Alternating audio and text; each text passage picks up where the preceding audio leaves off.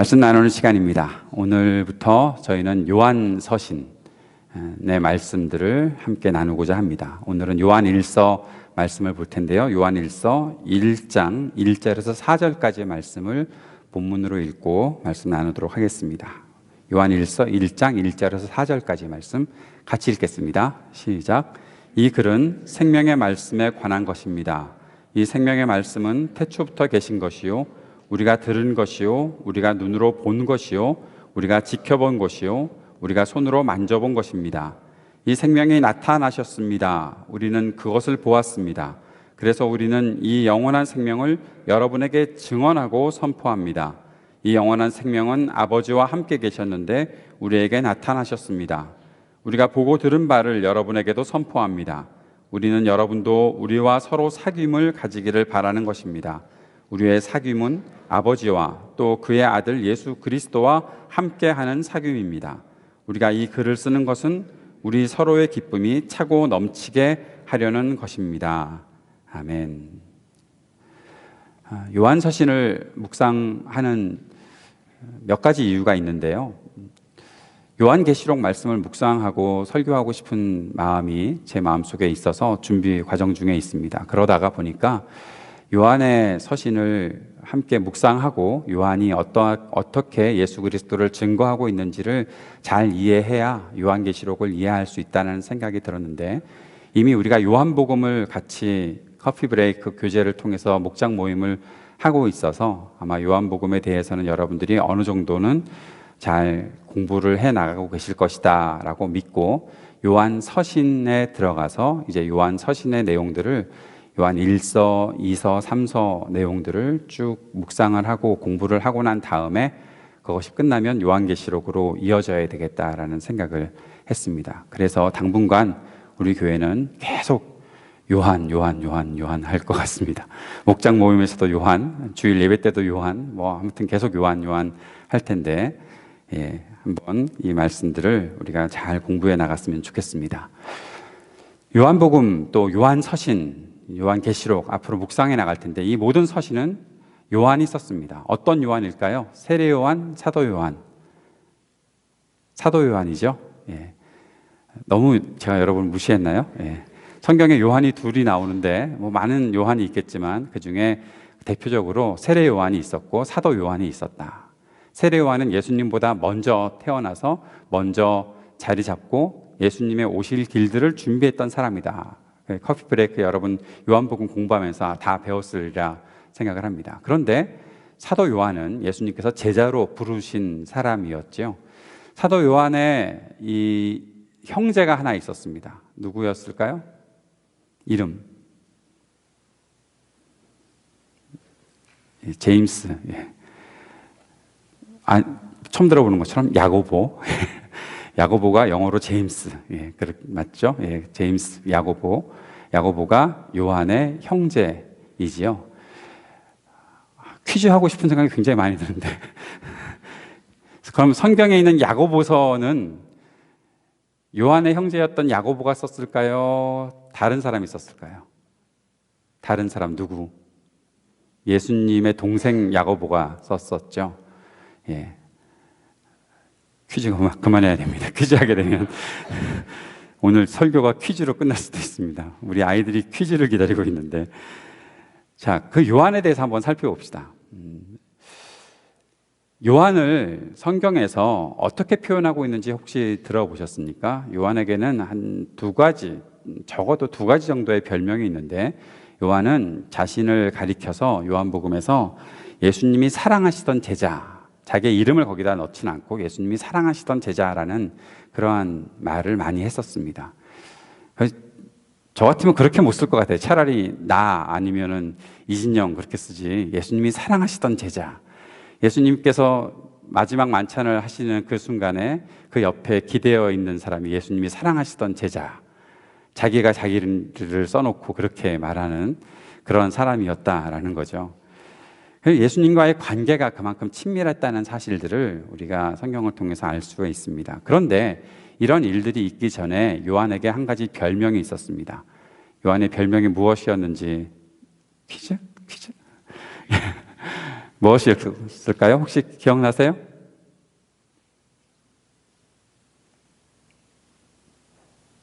모르세요? 예. 우레의 아들이라는 별명이 있었어요. Son of Thunderstorm이라는 별명이 있었습니다. 넘겨보세요. 예. 우레의 아들. 왜 이런 별명이 붙었을까요? 예수님의 사랑을 받았다라고 말하는 요한에게 왜 이렇게 뭐 천둥 번개의 아들 막 그런 별명이 붙었을까요? 예측이 되시죠? 요한의 성격이 어땠다? 아주 불같은 사람이었다라는 거죠. 요한은 자기 마음에 들지 않는 사람들, 또 예수님을 반대하는 사람들이 나타나면 그 사람들을 막는 사람이기도 했었습니다. 누가복음에 보면 그런 사건들이 나타납니다. 예수님을 맞아들이지 않으니까 요한이 그렇게 얘기합니다. 저들에게 불이 떨어져서 저들을 다 멸해버렸으면 좋겠다고. 저 같으면 그런 얘기는 속으로 했을 것 같아요. 근데 예수님 앞에서 저들에게 불이 떨어지게 해주십시오. 천둥 번개가 쳐서 저들이 깜짝 놀라게 해야 되거나 아니면 확 없애버려야 되지 않겠냐고 그렇게 말했을 정도로 요한은 성격이 굉장히 급했던 사람입니다. 근데 예수님의 큰 사랑을 받으며 살았던 사람이 되었던 것이죠. 이 사도 요한의 그 말년 마지막 때를 보면 이 사람이 굉장히 크게 변화되었던 모습들을 보게 됩니다.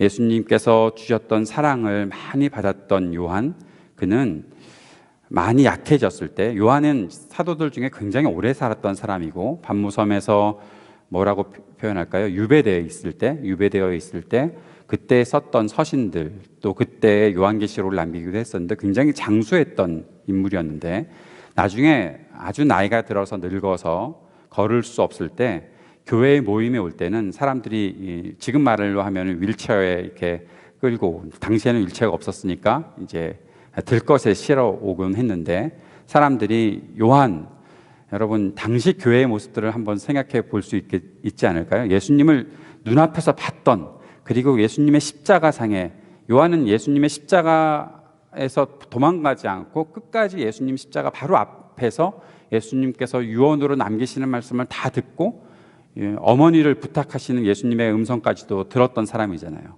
그런 사람이 나타나면 여러분 어떻게 되겠어요? 여러분 이 자리에 누가 그런 사람이 있다, 예수님을 아주 옆에서 보았고 예수님을 만져보았던 그런 사람이 나타나면 여러분 자세가 어떠시겠어요? 그분이 이렇게 들것에 실려서 들어온다 그러면 다 기립하지 않겠습니까? 그래서 그의 말을 듣고 싶은 그런 마음, 별로 내가 모르는 사람인데 뭐 그렇게 들어올 때 요한이 아주 작은 목소리로 했던 말이 있다고 역사가들이 기록해 놓은 것이 있습니다. 어떤 말이었을까요? 서로 사랑하십시오. 서로 사랑하십시오. 아주 작은 목소리로 그렇게 말했던 그런 일이 있었다라고 합니다. 너희는 서로 사랑하라. 예수님께서 하셨던 말씀, 요한복음에 사도 요한이 기록했던 말씀이죠. 너희는 서로 사랑하라. 내가 너희를 사랑한 것 같이 너희도 서로 사랑하라. 그 메시지를 끝까지 증거했던 사람이 바로 사도 요한이었다라는 겁니다. 무엇이 요한을 이렇게 변화시켰을까요? 성격이 급하고 사람들을 보면 저 사람이 내 편인가 아닌가 그거 가려내고, 여러분 요한의 어머니, 야고보와 요한의 어머니가 이 또 치맛바람이 대단했던 분 아닙니까? 예수님을 그 아들들이 따라다니니까 예수님께 가서 넌지시 말씀을 드렸죠. 우리 아들들 잘 좀 봐주셔서 우리 아들들이 나중에 예수님께서 그 왕의 자리에 올라가실 때 그때 우리 아들들 이렇게 옆에 양옆에 앉혀주십시오. 그래가지고 또 제자들과 싸웁니다. 또 너네 엄마가 또 치맛바람 일으켰다면서 하면서 막 싸우고 막 그랬던 때가 있었거든요. 그때 예수님께서 내 옆에 있을 사람들은 따로 있는데, 그게 무엇을 상징하는 것이었죠? 예수님께서 십자가상에서 죽으실 때에 양쪽 옆에 있었던 강도들이 있었는데 그 자리에 올려달라고 했던 거니까 그렇게 말씀하실 정도로, 엄마 아빠의 그 부모도 굉장히 잘 살던 세베대의 아들이었는데, 세베대는 당시에 유력한 사람, 배를 몇 척 가지고서 어업을 했던 사람입니다. 부잣집 사람입니다.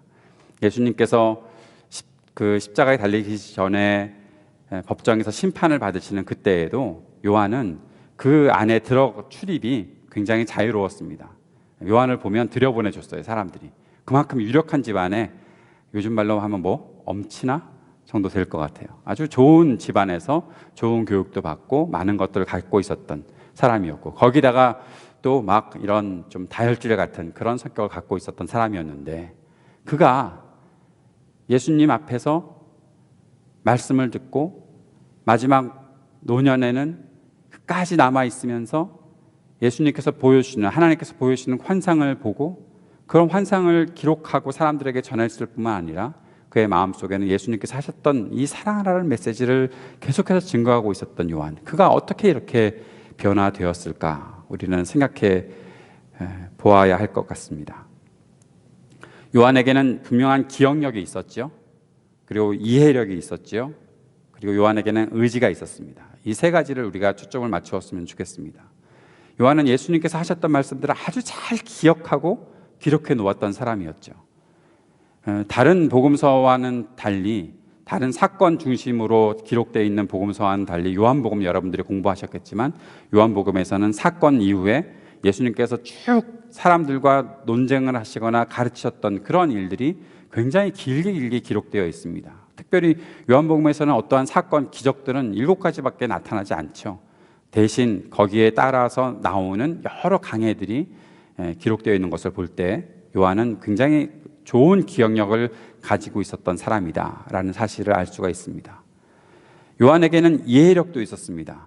당시 사람들이 쫓아가고 있었던 헬레니즘의 영향, 영지주의의 영향, 그 속에서 나타났던 수많은 사상들이 사람들, 교회를 때로는 어렵게 하고 하나님을 따라가는 길을 방해하고 있었을 그때에 요한은 아주 좋은 지식과 이해력으로 하나님의 세계, 예수 그리스도를 통해 나타나는 구원의 메시지, 그것이 어떤 것인지를 아주 자세하게 논쟁하며 또 그것을 증거하며 살았던 사람이 요한이었습니다. 요한복음을 여러분들이 공부하셔서 아시겠지만 요한복음에 나타나는 그런 내용들은 쉽게 이해하기 어려운 말씀들입니다. 왜냐하면 당시 철학사조와 대등하게 맞붙어서 싸웠던 복음의 메시지이기 때문에 그런 것이죠. 그만큼의 일들을 기록해 놓기 위해 요한에게는 큰 이해력이 있었다 생각됩니다. 그리고 요한에게는 의지가 있었지요. 자신이 정한 뜻, 그것을 끝까지 이루어내는 그러한 삶을 살아갔던 사람이 바로 요한이었습니다. 그런데 그에게 있었던 이 기억력과 이해력과 의지력이 어떻게 누구에게 본인의 것으로만 끝나는 것이 아니라 누구에게 끌려가고 있었는지, 누구의 지배를 받고 있었는지를 우리가 생각해 볼 수 있는 거죠. 그것은 바로 예수 그리스도께 자신의 모든 삶들을 맡겨놓고 자신의 갖고 있는 지식, 그가 갖고 있는 감성, 지성, 모든 것들을 다 통틀어서 예수 그리스도께 맡겨놓고 예수 그리스도가 그를 가르쳐 주시는 대로 그 길을 따라갔던 사람이 요한이다라고 볼 수 있는 것입니다. 그리스도께서 십자가상에서 끝까지 보여줬던 사랑, 그것이 요한이 갖고 있었던 모든 지성과 능력들을 지배했었습니다. 그렇기 때문에 요한은 변화된 삶을 살았던 것입니다. 고집불통이었고 성격이 급했던 사람이 아주 부드러운 사람이 되고 끝까지 주님의 일을 해나가는 사람이 되는, 그렇게 자신이 하나님 앞에 온전히 굴복하고 순종하며 살아갔던 사람이 되었던 것입니다. 사랑하는 여러분, 여기까지 생각을 해보면서 우리가 요한의 그러한 변화를 보고 생각하면서 과연 나에게는 그러한 변화와 예수 그리스도께 이끌려가는, 하나님의 말씀 속에 이끌려가는 삶이 과연 나타나고 있는가 생각해 보아야 할 것 같다, 그 생각이 듭니다. 왜냐하면 우리는 우리의 지성이 어느 정도의 선을 그어 놓으면 그 이상은 생각해 보려고 하지 않는 경향이 있기 때문에 그렇습니다. 나는 여기까지 알고 있어, 이것은 내가 더 이상 이해할 수 없어 라고 생각하면 거기서 끝나는, 멈추는 경우들이 있다는 거죠. 어떻습니까? 우리 교회에는 특별히 공부를 계속해서 오랫동안 하시는 분들이 많이 계시니까 지성에 대한 그 의존이 상당히 강하지 않을까요? 그런 분들을 많이 보게 됩니다. 내가 여기까지 알고 있으면 되는 거지. 그 이상은 나도 모르겠어. 그 이상은 나와 관계가 없어 라고 말하는 그런 식이 된다면, 내가 기억할 수 있는 것, 내가 알아낼 수 있는 것, 여기까지가 내 한계이니까 그 이상은 나에게 요구하지도 말고 나는 그것들을 원하지 않아 라고 말한다면, 과연 그것이 이 땅을 창조하시고 다스리시고 이 땅의 모든 권세를 갖고 계신 우리 하나님에 대한 믿음이라고 말할 수 있을까요? 사랑하는 여러분, 우리가 갖고 있는 믿음은 하나님을 향한 믿음입니다. 이 땅의 모든 것의 주권자 되시는 하나님을 향해 믿고 살아가는 겁니다. 그분이 나에게 보여주신 끝까지 베푸는 사랑, 그 사랑을 의지하고 살아가는 겁니다. 하나님께서 우리들에게 보여주시는 사랑은 어떠한 조건도 없는 것이었고 한계도 없는 것이었습니다. 자신의 모든 것을 다 주시고 우리들에게 약속하신 그 모든 것을 다 이루어 주시겠다고 약속하신 그 크신 사랑 앞에 서 있는 사람들이, 내가 갖고 있는 아주 작은 그 지식, 그것만 의존해서 살겠다고 생각하고 하나님을 향한 믿음을 고백하지 않는다면 그것은 진짜 믿음이 될 수 없죠. 사랑에 대해서도 마찬가지입니다. 내가 할 수 있는 사랑, 사람들이 할 수 있는 사랑이 뭡니까? 여러분, 우리 모두가 그렇습니다. 누군가 나를 사랑해주면 내가 거기에 따라서 사랑하는 거지, 내가 사랑했으면 그 사람에게서 나에게 오는 사랑이 있을 것을 기대하고 사랑하는 거지, 아무것도 나에게 주지 않는 사람에 대해서 우리가 사랑할 수 있습니까? 내가 사랑을 베푼 이유들은 무언가 기대하고 소망하는 것이 있는 거니까 그만큼 내가 너를 사랑해 준 만큼 너도 나를 사랑해 줘야지. 부부 사이에서도 다 그렇게 사실 소통하고 그 속에서의 관계가 맺어지잖아요. 근데 그리스도께서 보여주신 사랑 어떻습니까? 자기들에게, 자기를 향해서 공격하고 자기를 배신하고 떠난 모든 사람들을 향해서도 저들이 하는 일을 알지 못합니다. 저들을 용서하여 주십시오 라고 말하고, 그리고 그들이 다 자신을 버리고 떠났음에도 불구하고 그들을 끝까지 쫓아가서 너 나 사랑하느냐라고 물어보시는, 나는 너를 이렇게 사랑하고 있어, 아무 조건도 없이 나의 모든 것을 희생해서라도 나는 너를 사랑하면서 끝까지 이 약속을 지킬 거야 라고 말씀하시는 그 사랑을 표현해 주시는 예수 그리스도의 사랑은 우리가 생각하는 사랑과 다르잖아요. 요한은 자신의 지성과 이해력과 모든 기억과 의지력을 다 동원해서 거기까지만 믿고서 끝내겠습니다 한 것이 아니라 이 모든 것을 초월하고 더 넘어서시는, 그리고 영원하시고 크신 하나님의 사랑, 예수 그리스도의 사랑 앞에 굴복하기로 했기에 요한이 가지고 있었던 모든 것은 바로 그리스도의 사랑과 그 말씀 앞에 지배를 받게 되고 요한이 그 안에서 변화되게 된 것입니다. 사랑하는 여러분, 변화되고 싶으십니까? 변화된 삶을 살고 싶으십니까? 나의 믿음이 조금 더 변화되고 조금 더 성숙한 믿음이 되고 싶으십니까? 내가 하는 만큼의 일들을 노력해서 변화되겠다라고 생각하는 것은, 그것은 사실 변화되기 어려운 일을 계속 되풀이하고 있을 뿐입니다. 변화되기 원하신다면 이러한 고백이 있어야 합니다. 내가 할 수 있는 일은 여기까지라도, 그러나 하나님께서 하실 일이 분명히 있습니다. 내가 그것을 의지하고 그 하나님 앞에 내 모든 것을 맡겨드리고 가겠습니다. 그때 변화가 시작되는 것입니다. 성품도 마찬가지, 나의 어떠한 삶도 마찬가지, 내 믿음의 삶의 모든 부분이 그리스도께서 나에게 보여주신 그 사랑을 알고 깨달으며 그것에 내 모든 것을 맡겨드릴 때 우리가 참된 변화를 누릴 수 있다는 사실을 꼭 기억하셔야 합니다.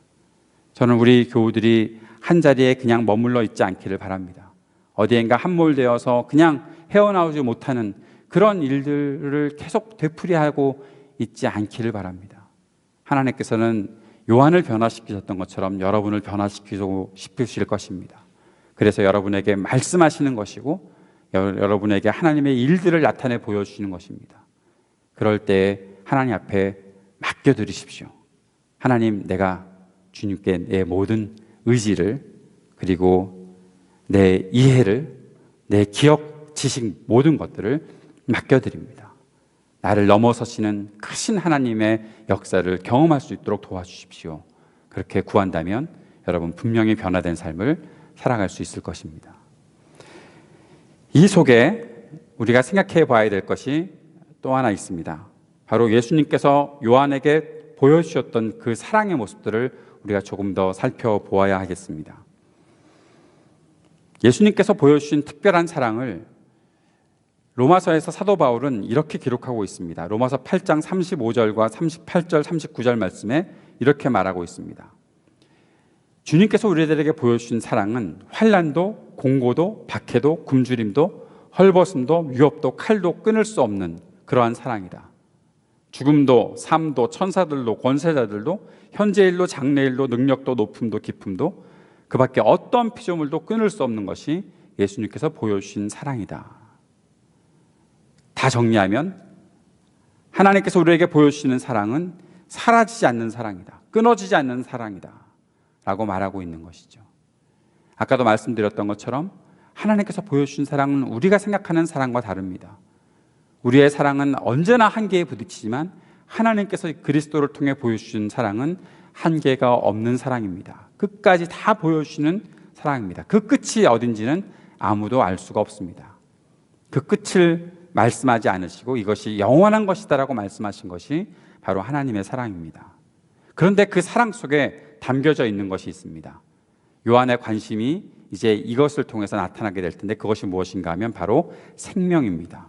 생명 있는 사랑. 우리가 요한복음 1장 1절 혹시 암송하시는 분이 계실까요? 또 퀴즈. 요한복음 1장 1절. 태초에 말씀이 계시니라. 태초에 말씀이 계시니라로 시작했죠. 근데 요한 1서 1장 1절은 어떻게 시작했습니까? 아까 요한 1서 1장 1절, 요한 1서에서는 어떻게 시작했습니까? 태초부터 있는 어떤 말씀? 생명의 말씀.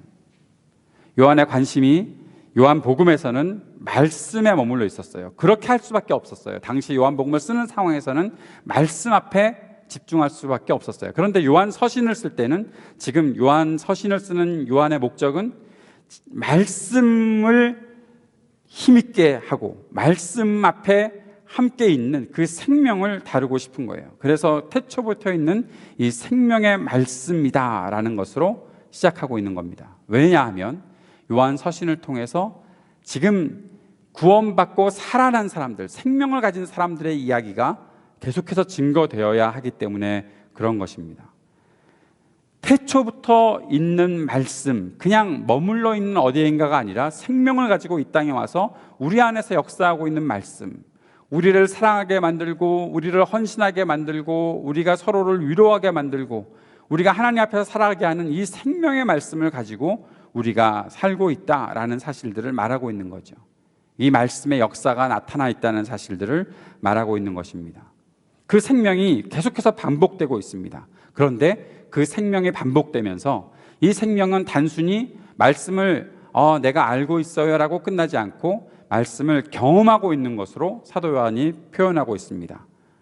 생명을 경험하는 것이죠. 말씀을 경험하는 것입니다. 어떻게 말합니까? 그 말씀을 우리가 어떻게 했다? 네 가지를 쓰고 있는데 첫 번째는 우리가 말씀을 들었다. 그죠? 그리고 두 번째로 우리가 눈으로 보았다. 그리고 우리가 어떻게? 지켜보았다. 우리가 손으로 만졌다. 사랑하는 여러분, 요한은 지금 아주 중요한 사실을 말하고 있어요. 말씀을 내가 들었다. 우리는 보통 말씀을 듣잖아요. 여기까지는 우리도 알고 있는 것 같은데 말씀을 보았다. 생명의 말씀에 관해서 우리가 보았다. 그리고 주목하여 보았다. 또는 지켜보았다. 왜요? 알아가려고, 내가 이해하려고 했다는 것이죠. 그 다음에 그 말씀을 손으로 만졌다라고 말하고 있습니다. 기본적으로 여기 나와 있는 이 생명의 말씀에 관해서 요한복음에서 썼던 것처럼 태초에 말씀이 계시니라 그랬는데 그 말씀이 누구였어요? 결국엔 예수 그리스도였죠. 말씀이 육신이 되어 우리 가운데 거하셨다라고 했으니까.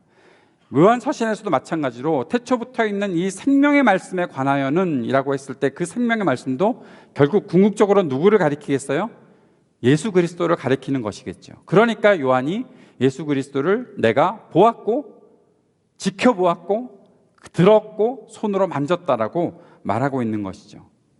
그런데 단순히 예수 그리스도라고만 끝내서는 안 될 것 같고, 우리가 오늘 이것이 생명의 말씀으로 우리 가운데 있다는 사실들을 생각해야 될 것이다. 저는 오늘 그 방향으로 나아갔으면 좋겠습니다. 이제 요한서신을 묵상하면서 우리에게 있어서의 말씀은 내가 단순히 듣고서 끝나는 것이 아니라 내가 보는 것이 되어야 하고, 그리고 이해하는 것이 되어야 하고, 그것을 손으로 만진 것이 되어야 한다라는 것입니다. 에스겔서 37장에서 말씀이 임했을 때, 하나님의 말씀이 들렸을 때 그 생기가 모든 마른 뼈들을 다 살아나게 만들고 군대를 만드는 역사가 나타나는데, 바로 하나님의 말씀이 우리에게 들려오는 그 모든 순간에 우리들의 말랐던 심령들이 회복이 되는, 살이 붙고 힘이 생기고 생기가 넘치고 그리고 군대가 되는 그러한 일들을 하기 위해서는 말씀의 이 생명의 말씀의 역사들이 우리 속에 나타나야 된다라는 것입니다. 그것은 경험으로 이어지는 것이 되는 것이죠. 말씀이 귀에 들리고, 말씀이 눈에 보이고, 말씀이 이해되고, 내가 말씀을 손으로 만지고 있다라고 말할 수 있는 그런 일들이 우리들에게 있어야 된다라는 것입니다. 어떻게 그런 일들이 일어나냐고요? 말씀을 받은 순간부터 일어나는 겁니다. 사랑하는 여러분, 여러분이 여러분의 마음을 열고 정직하게 하나님 앞에 내 마음을 다 내어놓고 하나님 말씀으로 나를 다스려 주십시오 라고 고백하며 말씀 앞에 서면 말씀은 여러분을 가만두지 않을 것입니다. 말씀이 여러분의 눈 속으로, 여러분의 마음 속으로 들어오게 될 것입니다. 우리의 가슴이 뜨거워질 것입니다. 우리를 억누르고 있었던 여러 이 제한된 세계들을 뛰어넘는 일들을 하기 위해 우리의 모든 연약함들을 강하게 만들 것입니다. 말씀의 소리가 우리들에게 들리면 우리가 소리를 낼 수 있는 사람이 되고, 말씀을 내가 보게 되었기 때문에 그 본대로 살아가려는 마음가짐들이 생기게 되고, 내가 그것을 지켜보고 자세히 알았기 때문에 그 속에서 나의 삶을 변화되게 하기 위해 애쓰게 되고, 손으로 만졌기 때문에 그 손으로 만진 것과 같은 생명체들을 만드는 일들을 해나가게 된다라는 것입니다. 이것이 말씀의 역사입니다. 하나님의 말씀은 이렇게 경험하는 겁니다. 사랑하는 여러분, 살아계신 하나님의 말씀이 우리 가운데 역사될 수 있기를 간절히 소망합니다. 그것을 위해 기도하며 말씀 앞으로 나아가야 할 것입니다. 한 해가 마감되고 새로운 한 해를 준비하며 시작합니다. 어제 여러분께 이메일로 보내드렸던 것처럼 이제 크리스마스 때부터 우리는 성경을 암송하려고 하는데요. 그냥 할 겁니다. 여러분이 얼마나 따라올지는 따라오게끔 만들어야겠죠. 그런데 아무튼 암송을 하려고 합니다. 암송한다는 것이 무엇이라고 말씀드렸어요? 목회서신 읽어보신 분들은 읽으셨겠지만 읊조리는 거예요. 암송은 묵상한다는 것 자체가 읊조리는 거예요. 묵상은 멍하니 있는 게 아닙니다. 오해하지 마세요. 묵상은 소리내어 말하는 겁니다. 말씀을 소리내어 말하는 것. 암송은 암기하는 것이 아니에요. 내가 그 말씀을 어떻게 암기했고 어떻게 시험 볼 때 나타내야지, 그것이 아니라 내가 계속해서 그 말씀을 중얼중얼 거리는 거예요. 이제 우리 교회 교우들은 앞으로 말씀을 중얼거리실 수 있기를 바랍니다. 시험 때라 정신을 잃으셨는지 모르겠지만 우리 청년들 중얼중얼 거리면서 말씀을 읽어가셨으면 좋겠어요. 말씀을 여러분 입에 두시기를 바랍니다. 이게 무슨 일을 일으킬지 저는 압니다. 아는데 말하진 않고 기대만 해보겠습니다. 각자에게 다르게 나타날 것이기 때문에 말씀이 여러분 속에서 움직이는 사실을 느끼게 될 것입니다. 한 구절 말씀이라도 여러분이 외우려고 한다면 여러분 한번 이것만 시험해 보셨으면 좋겠어요. 태초부터 있는 이 생명의 말씀에 관하여는 그것까지만 따라해 보세요. 한번 태초부터 있는 이 생명의 말씀에 관하여는 요거만 오늘 하루 종일 한번 이 말만 가지고서 생각해 보세요. 이 말만 계속해서 마음속으로 중얼중얼 거려보세요. 태초부터 있는 이 생명의 말씀에 관하여 여러분들에게 그 생명의 말씀이 울리게 되는 일들이 경험되게 될 거예요.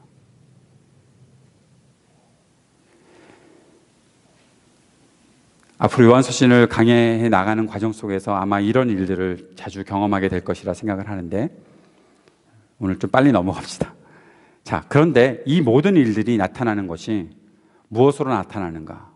요한은 그 일들이 나타나는 모든 다이내믹을 사귐이라는 말로 표현하고 있습니다. 헬라어에서는 우리가 여러분 많이 들었던 코이노니아라는 말로 말하고 있는 거죠. 사귐. 이것이 하나님과 사귀는 것이다. 이것이 우리가 서로 사귀는 것이다. 라고 그렇게 말하고 있는 겁니다. 사귐이 어떤 겁니까? 서로 사랑하는 거죠. 사귐은 서로를 알아가는 겁니다. 지나가다가 잠깐 스쳐 지나간 사람을 내가 그 사람과 사귀었다라고 말하지 않죠. 사귐은 그 사람을 위해서 내 어떤 것이 내 말이라도 한마디 그 사람에게 전달되는 것이고 그 사람이 주는 것들을 내가 받는 것입니다. 서로의 소리를 듣는 것이고 서로를 바라보는 것, 서로를 자세히 지켜보고 서로를 만지게 되는 것, 그것을 가리켜서 우리가 사귐이라고 말하고 있는 거죠. 사귐은 서로가 존재하고 있다는 사실을 확인하는 것입니다. 그래서 서로에게 서로의 존재들을 알려주는 것이 바로 사귐입니다. 예수님께서는 이 땅에 오셔서 사귐의 본을 보이셨습니다. 예수님께서 제자들을 처음 부르셨을 때 마가복음에서는 그 제자들을 부르시는 광경을 통해서 제자들을 어떻게 예수님께서 양육하시는가를 설명하고 있는데 마가복음 3장 14절 15절의 말씀에 이렇게 기록하고 있습니다. 예수께서 12를 세우시고 그들을 또한 사도라고 이름하셨다. 이것은 무엇인가? 왜 그들을 부르셨는가 하면 예수께서 그들을 어떻게? 자기와 함께 있게 하시고 제자들을 가르치시고 나가서 복음 전도하게 하시고 귀신을 내어 쫓는 것도 중요하지만 가장 먼저 예수님께서 제자들과 함께 하셨던 일은 그들과 함께 있는다, 함께 거처한다, 함께 살아갔다라는 겁니다. 그 삶을 통해서 예수님께서 보여주신 것이죠. 삶을 나누신 것입니다. 함께 있자라고 하신 것입니다. 사귄 것입니다. 예수님께서 제자들과 사귐을 가지셨다. 그리스도께서 우리들에게 보여주신 대로 우리가 그 사귐의 삶을 살아가게 되는 것입니다. 사랑하는 여러분, 그리스도를 믿는 이 믿음은 사귀는 겁니다. 함께 있으면서 사귀어가는 겁니다. 내가 하나님과 사귀고 싶다면 하나님의 말씀을 듣고 하나님께서 어떻게 일하시는지를 보며 살아가게 되는 것, 그것이 하나님과의 사귐이 있다라고 말할 수 있는 것입니다. 내가 교우들과 사귀고 있다라고 말한다면 함께 있는 사람들과 같이 이야기하고 함께 생각을 나누고 함께 모든 것들을 같이 공유할 수 있는 그런 사람들이 되는 것, 이것이 사귀는 것입니다. 예수 믿는 것은 사귀는 겁니다. 하나님 안에 그 사귐 속에 들어오게 되는 것입니다. 그런데 사도 요한은 이 사귐을 기쁨이다라는 것과 연결시킵니다. 사귀면 기쁩니까? 사귀는 사람들 있잖아요. 남자친구, 여자친구 사귀잖아요. 부부가 서로 사귀고 있잖아요. 사귀면 기쁩니까? 왜 대답이 금방 안 나오지? 안 기쁘죠? 여러분, 여러분의 지금 이 상황 속에서도 알 수 있지만 사귄다는 것이 그렇게 기쁜 일만은 아닙니다. 처음에는 기쁘겠죠. 처음에는 내가 좋아할 만한 사람과 사귀기로 했어. 오늘부터 1일 그랬을 때 그때 너무 좋잖아요. 그런데 지속되지 않죠. 왜 그래요?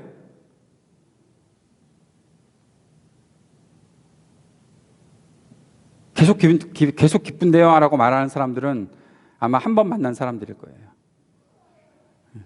2번 만나고 3번 만나고 1년이 지나고 2년이 지나고 뭔가 세월이 지나가면 지나갈수록 우리 속에 뭔가 부담이 생깁니다. 그냥 좋지만은 않습니다. 왜냐하면 해야 될 일들이 있기 때문에 그런 거죠. 진짜로 사귄다면 해야 할 일들이 있는 거죠. 서로를 바라봐 줘야 되고 서로의 이야기를 들어줘야 되고 서로에게 마음을 써야 되고 그리고 마음 쓰는 것만큼 뭔가를 해줘야 되는 것이니까 사귀는 것은 그렇게 우리들을 좋아하게만 내버려 두지 않습니다. 그런데 사도 요한이 말하고 있는 이 사귐이 기쁨의 이유가 되는 그 원리가 있어요. 이것이 무엇인가 하면 하나님께서 보여주신 사랑이 근거가 되기 때문에 그런 거예요. 사람들이 갖고 있는 한계치에 머무는 사랑이 아니라 풍성하신 하나님께서 보여주신 사랑이 이 속에 들어와 있기 때문에 그런 거예요. 그래서 하나님의 그 사귐 안에 우리가 거하기 때문에 기쁨을 누릴 수 있게 되는 것이죠. 놀라운 사실은 무엇인가 하면 사도 요한이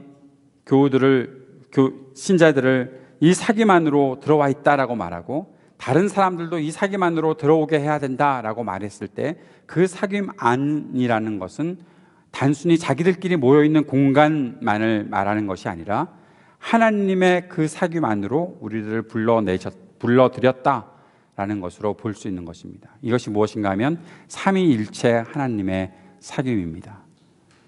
삼위일체 하나님, 떨어질래야 떨어질 수 없으신 하나님.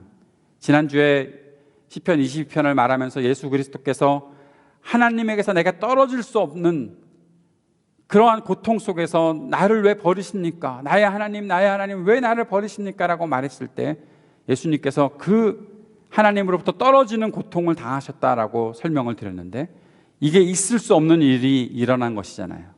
그런데 부활하신 예수 그리스도께서 생명을 가지시고 다시 하나님과의 영원한 삼위일체를 이루시는 그 안에 그 사귐으로 들어가셨을 때 성부 하나님과 성자 하나님과 성령 하나님의 이 사귐 안에 이제는 우리까지 들어오게 하셔서 우리가 그 사귐 안에서 그 사귐을 누릴 수 있게 하셨다라는 것이기 때문에 그렇습니다.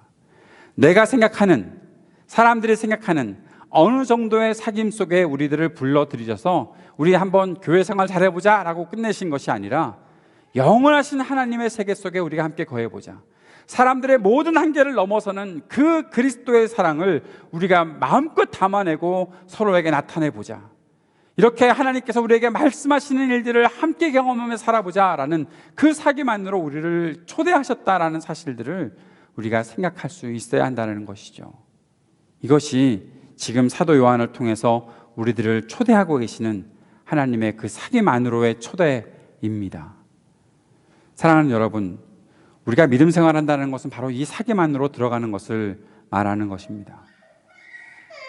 이제 오늘부터 시작해서 계속해서 우리가 이 요한 서신들을 묵상해 나갈 텐데 이 사귐이 어떻게 증거가 되고 있고 어떠한 세계 속에 이 사귐의 영향력들이 계속 영향력을 발휘해 왔는지, 어떠한 방식으로 발휘해 왔는지를 우리가 살펴보고 우리가 조금 더 강력한 하나님의 사랑을 가진 그리스도인들로 성숙될 수 있게 되기를 기대해 봅니다.